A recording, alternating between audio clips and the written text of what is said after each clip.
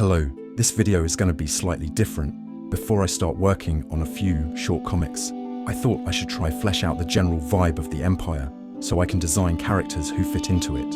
I'll also be going over some of the lore of these locations. For these pieces, I used a lot of reference pieces from artists like Blue Turtle Marco and the environment art for Elden Ring. Similar to Elden Ring and other similar worlds, I wanted to go for this sort of dead world look that fits with the whole Ash and Cinders theme.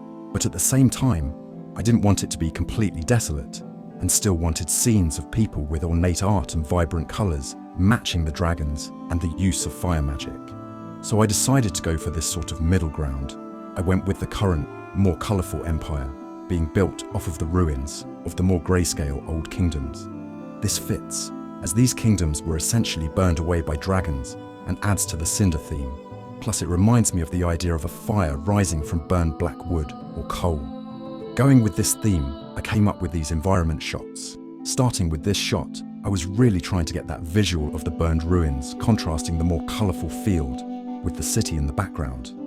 This scene is basically meant to show that the larger ruins are further in the outskirts of the Empire, with their quality usually dependent on what third of the Empire it's in. With this piece in particular taking place in the West, this can also be told by the yellow undertones, as I like to give each part of the Empire its own colour scheme. This can also be seen in this next piece, with the blues. Mostly drew this one to show this concept I had, that for some odd reason, the ruins seem to still emit heat, as if the dragon fire still lingers. This makes them some of the few warm places in the south of the Empire, so I imagine that most settlements are built into the ruins of these towers, also showing the three-pronged cross symbol that's the symbol of the common religion in the Empire, with that shape symbolizing the royal dragons, one of which can be seen flying in the distance.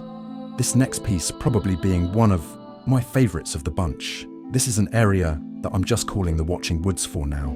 I sort of images it being an in-world rumor that there's someone watching you through the trees. These rumors hold a bit more weight with the knowledge of magic, and the fact that the Far East has the most witch incidents due to this kingdom being the last to fall to the dragons, with military groups of the old kingdoms still remaining, with this cloaked figure being one of these witches.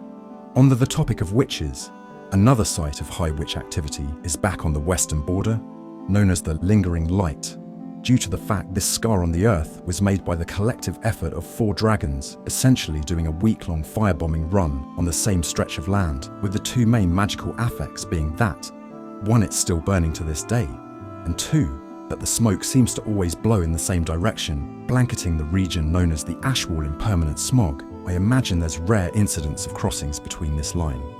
That's basically all I got. For now, a lot of this is still up for change, but I think it's enough to come up with some better creature and character designs. If you have any more suggestions or references, comment them below or talk about it in the Discord link below. Thanks for watching.